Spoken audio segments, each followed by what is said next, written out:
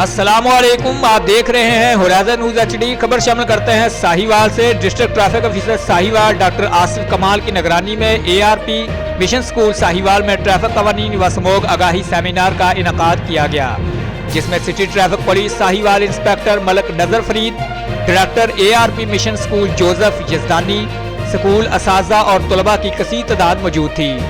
Traffic inspector नजर फरीद ने ज़ेरे तलीम तलबा को स्मोक आगाही के हवाले से मुफस्सल लेक्चर दिया और उन्होंने कहा कि स्मोक फ़िज़ाई आलूदगी से पैदा होने वाला एक धुआं है जिससे बहुत सारी बीमारियां पैदा होती हैं। इससे बचाव के लिए एहतियाती तदाबीर पर अमल करें, मास्क और ऐनक का इस्तेमाल ज़रूर करें और ज़्यादा वक्त घरों में गुजारें और तलबा को मज़ीद रोड हादसा से बचाव के लिए एहतियाती तदाबीर अहसन तरीके से बताएं।